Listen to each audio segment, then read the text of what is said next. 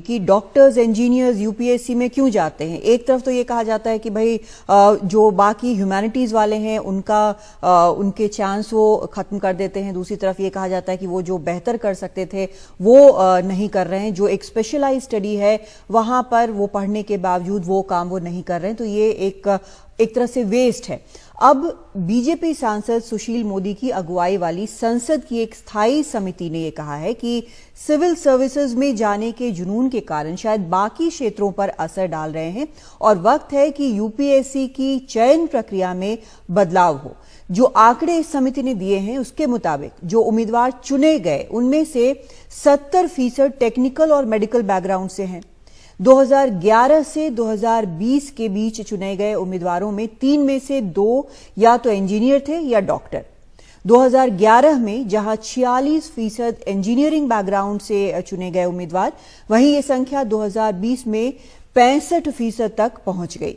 हालांकि medical background वाले उम्मीदवारों का प्रतिशत 2011 के 14% से 2020 में गिरकर 4% हो गया।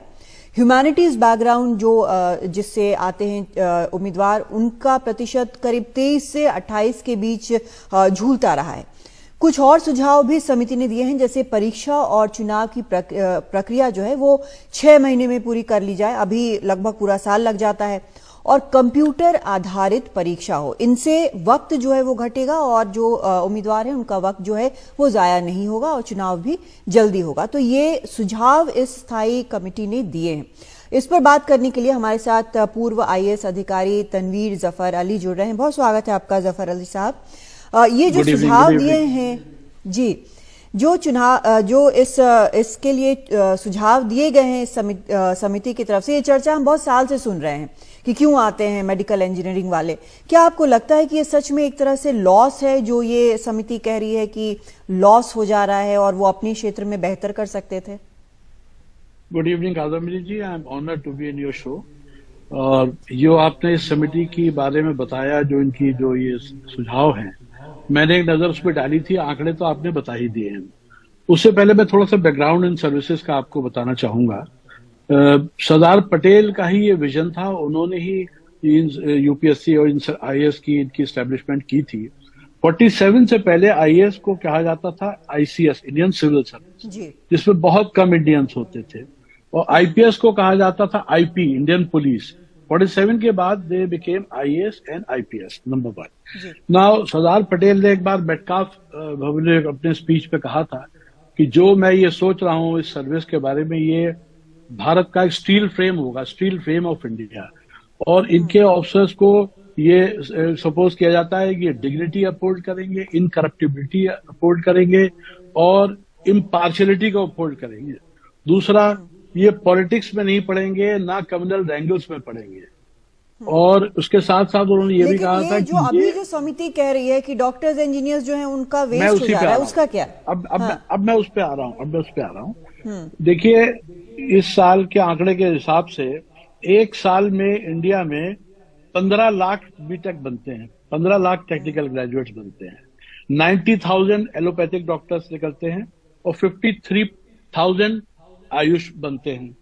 नाउ अगर हम पिछले साल की वैकेंसीज पे जाएं तो आईएएस की थी 180, आईपीएस की 200, इंडियन फॉरेन सर्विस की 37 और बाकी जो अलाइड सर्विसेज हैं, इडास है, आईआरएस है और भी सब हैं, उन सब का मिला के करीब करीब 937 का टोटल था। तो मेरा कहना यह है कि नंबर 1 तो क्या 25 लाख इंजीनियर जब निकलते हैं, क्या उनके लिए जॉब्स हैं हमारे कंट्री में? नंबर 1। नंबर 2, जब हमारा सिलेक्शन प्रोसीजर में सिलेबस पे लिखा हुआ है कि एनी ग्रेजुएट कैन अप्लाई, तो आप 2 ग्रेजुएट्स के साथ डिस्क्रिमिनेशन नहीं कर सकते। उसका फंडामेंटल राइट है, वो जो प्रोफेशन चाहे चूज करे। सो क्लास 12 जब बच्चा करता है तो उसके आगे वो इतनी क्रूशल एक टाइम होता है, वो इतना मैच्योर नहीं होता है। वो उस वक्त कैरियर की फिक्र करता है कि मैं या तो पीएमटी में बैठ जाऊं और या मैं उधर इंजीनियरिंग में चला जाऊं, अपना कैरियर पहले सिक्योर कर लूं। क्योंकि उससे फायदा ये है कि एक कैरियर जब वो सिक्योर कर लेता है, तब वो इस लायक होता है कि वो ये डिसाइड कर सके तो क्या इसको मैं आप सिविल कह रहे हैं कि सर्विस पे जाऊं। इसको लॉस नहीं माना जा सकता है एक तरह से।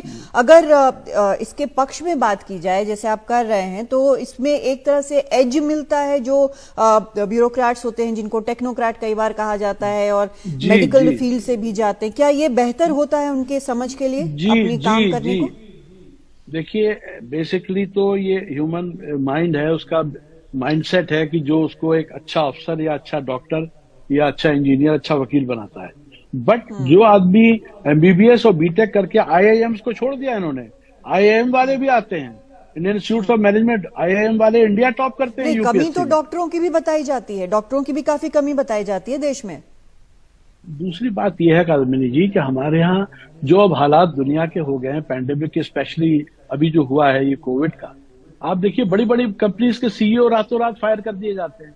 तो अपार्ट फ्रॉम अदर थिंग्स, जो गवर्नमेंट सर्विसेज में ये है कि रिकॉग्निशन है, पावर्स हैं, एक इंस्टीट्यूशनल वैरायटी है, एक चैलेंजिंग जॉब है, उसके साथ साथ जॉब सिक्योरिटी बहुत बड़ी चीज है कि 60 साल की उम्र तक आपकी नौकरी चलनी है, which has become a very important factor. कोई जरूरी नहीं है, अब सरकारी नौकरी भी चली जाती है। देखिए आप ऐसे काम करेंगे, गबन करेंगे, डकैती डालेंगे, टाइम करेंगे, तब तो किसी भी नौकरी चली जाएगी।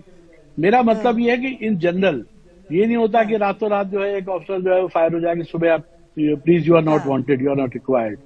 तो ये कोई लॉजिक मेरे समझ में नहीं आता कि अगर इनमें से 60, 70, 80 इंजीनियर, डॉक्टर अगर सर्विसेज में चले जाते हैं तो कौन सी कमी हो जाएगी इंडिया की जो आउटपुट है। तो I strongly object to this. वक्त हमारे पास तनवीर जफर साहब खत्म हो गया है, लेकिन काफी ये इंटरेस्टिंग चर्चा है, आगे भी उम्मीद करेंगे कि कभी करें। बहुत शुक्रिया आपका इस चर्चा में शामिल होने के लिए। और हालांकि ये सही बात है कि लोग अपना करियर चुनते हैं और चाहते हैं कि सिक्योर हो उनका करियर, और उसमें से कुछ लोग जरूर जाते हैं, लेकिन दोनों तरफ से जो एक प्लस माइनस जो है वो हो सकता है, और इसी के ऊपर चर्चा जो है वो लगातार चल रही है। अब संसद की समिति ने ये बात कही है।